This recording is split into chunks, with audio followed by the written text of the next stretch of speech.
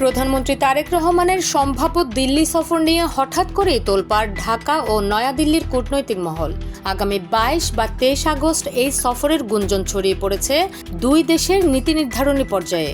গত 10 আগস্ট ঢাকায় প্রধানমন্ত্রী তারেক রহমানের সঙ্গে ভারতীয় হাইকমিশনার দীনেশ ত্রিবেদীর বৈঠকের ঠিক 24 ঘন্টার মাথায় দিল্লিতে প্রধানমন্ত্রী নরেন্দ্র মোদীর সঙ্গে ত্রিবেণীর দীর্ঘ বৈঠক সমগ্র দক্ষিণ এশিয়ার কূটনৈতিক হিসাব নিকাশকেই রাতারাতি বদলে দিয়েছে।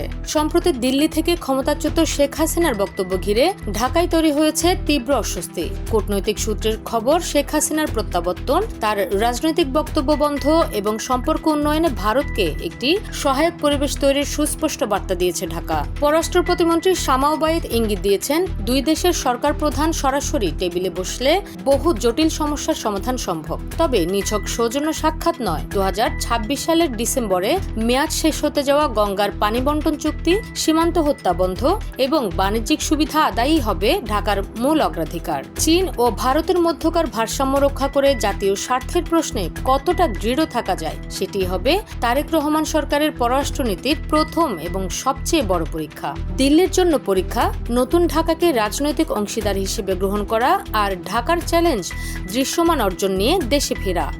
নিউজ ডেস্ক, খোলা কাগজ, ঢাকা।